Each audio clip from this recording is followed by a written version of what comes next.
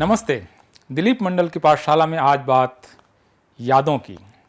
याद यानी स्मृति, स्मरण, याददाश्त, मेमोरी, रिकलेक्शन, रेट्रोस्पेक्शन, बहुत सारे शब्द हैं और मैं आपसे ये निवेदन कर रहा हूँ कि कृपया भूल जाएं। आप कहेंगे ये क्या बात है, भूल जाएं मतलब? तो भूल जाने का जो मेरा संदर्भ है वो ज्ञानवापी मस्जिद, या जिसको कुछ लोग कह रहे हैं कि मंदिर वो था और तोड़कर ऐसा कुछ बनाया गया या नहीं बनाया गया, अलग अलग तर्क हैं। मेरा निवेदन है कि कृपया इस बात को भूल जाएं। अगर आप इस बात को याद रखते हैं तो मेरा तर्क ये है कि आप राष्ट्रीय एकता के खिलाफ हैं, आप राष्ट्र निर्माण के खिलाफ हैं, पूरे राष्ट्र जो भारतीय राष्ट्र है उसकी अवधारणा के खिलाफ हैं। देखिए, यादें एक ज़रूरी चीज़ है, याद होना चाहिए। अगर याद ना हो तो हमें ये नहीं पता होगा कि हम क्या हैं, कौन हैं, किस देश के निवासी हैं, किस समुदाय के हैं, हमारा अतीत क्या है, हमारे पुरखे कौन हैं, परिवार को कौन सा है, हमें पता होना चाहिए। याद रखना ज़रूरी है। कला, संस्कृति, विज्ञान, समाजशास्त्र, फिलॉसफी, पीछे क्या हुआ है इसको याद रखना ज़रूरी है। लेकिन अगर अतीत की कड़वी यादों को लंबे समय तक याद रखा जाए और उसको राजनीति का आधार बनाया जाए, उसका आपसी व्यवहार का आधार बनाया जाए, जो रिकलेक्शन है, रेट्रोस्पेक्शन है, मेमोरीज़ हैं, इसको अगर इतना महत्व दे दिया जाए कि वो आज पर भारी हो जाए तो समस्या खड़ी होगी। देखिए, यादों की दो कैटेगरीज हैं। ऐसा नहीं है कि हर तरह की याद बुरी है। जब मैं कह रहा हूँ कि आपको भूल जाना चाहिए, कुछ चीज़ों को याद नहीं रखना चाहिए, तो मोटे तौर पर मैं यादों को दो कैटेगरी में रखता हूँ।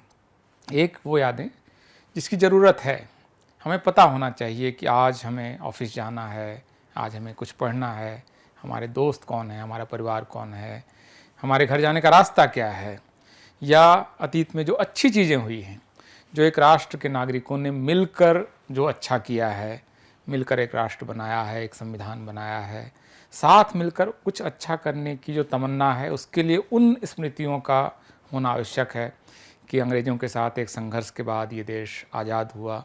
इन चीज़ों को याद रखना, जो अच्छा कुछ हुआ, महात्मा बुद्ध का भारत, सम्राट अशोक का भारत, चंद्रगुप्त का भारत, बहुत सारी अच्छी चीज़ें हुई हैं इस दौरान, जिसमें आप और तमाम राजाओं को, महाराजाओं को, नवाबों को शामिल कर सकते हैं अपनी पसंद के हिसाब से। जो अच्छा हुआ है, जो कुछ अच्छा है, शुभ है, जो कायदे की चीज़ है, जिससे कि देश में एक ये भावना आती है कि हम लोग साथ मिलकर कुछ अच्छा कर सकते हैं, इसलिए साथ मिलकर आगे भी कुछ करेंगे और साथ मिलकर कुछ करने के हमारे सपने हैं, ड्रीम्स हैं।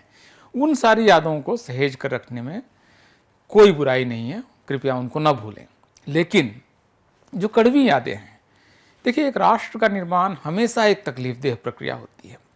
राष्ट्र बहुत सारे हमलों से, आक्रमणों से, एक दूसरे में मिला लेने से, इस तरह के एक प्रोसेस से गुजरा हुआ जो एक एंटिटी बनती है, वही राष्ट्र है। वो अचानक से कोई स्वर्ग से उतरी हुई या नर्क से निकली हुई कोई चीज़, अगर स्वर्ग और नर्क की अवधारणा में कोई यकीन रखता है तो, या कोई निर्वात से, शून्य से, मतलब वैक्यूम से निकली हुई चीज़ राष्ट्र नहीं है।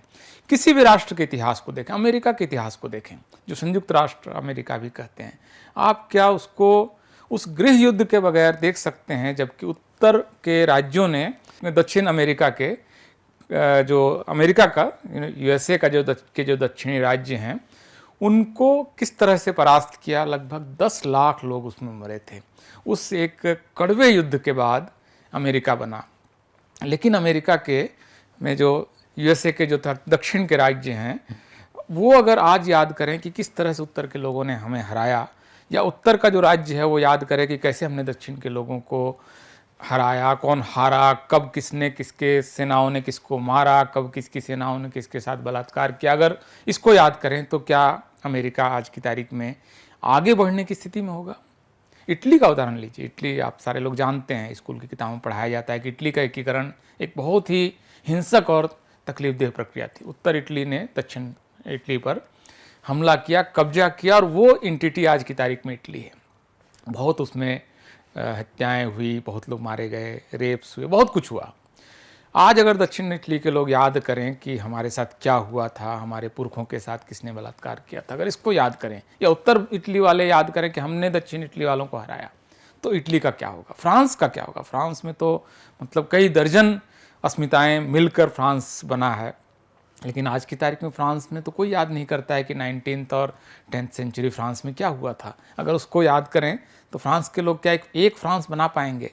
और ये बहुत जगह हुआ है। दक्षिण अफ्रीका, जो वहाँ पर नेल्सन मंडेला, जब गोरों का शासन वहाँ पर, एक तरह से अपार्थाइड का जो शासन है वो ख़त्म होता है, तो इसके बाद एक सोच आती है कि जो गोरों के पास ज़मीन है वो छीन लेनी चाहिए, उनको इस राष्ट्र में क्यों होना चाहिए।